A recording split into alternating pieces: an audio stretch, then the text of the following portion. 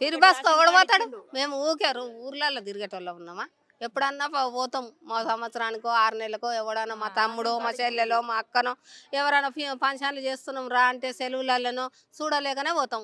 రోజు రోజు పోతామా మేము ఫంక్షన్లకు పోనీకి? అందులో కూడా గుద్దుకొని వస్తారు. ఆధార్ కార్డు కూడా అబ్బాయి ఉంటేనే తీసుకుంటారట, లేకుంటే తీసుకోరట. మళ్ళీ ఓటు కార్డు కావాలంట. మరి సంవత్సరానికి ఒకసారి పోతే ఒక 200 500 ఖర్చు పెట్టుకొని పోలేమా మేము బస్ కిరాయి? మరి ఏం మంచిగా ఉంది? కొట్టుకొని సస్తారు. ఆధార్ కార్డు అప్డేట్ లేదంటే అది బస్ కింద పడడానికి సస్తుంది. ఆమెకు అప్డేట్ లేదనంటే బస్ కింద పడడానికి పోలే. చూస్తూనే ఉన్నారు మీరు కూడా, మేము కూడా చూస్తాం. బయట ఏమయ్యింది అంతా. మేము కేసీఆర్కే ఇస్తాం. మేమున్నాం తెలంగాణ. మా అమ్మమ్మ వాళ్ళది ఇప్పుడు ఈ కేటీఆర్ వచ్చిన ఊరే చింతమడక, సిరిసిల్ల, సిద్దిపేట, అది మాది అంతా అదే. మేము అక్కడ వాళ్ళమే ఉన్నాం.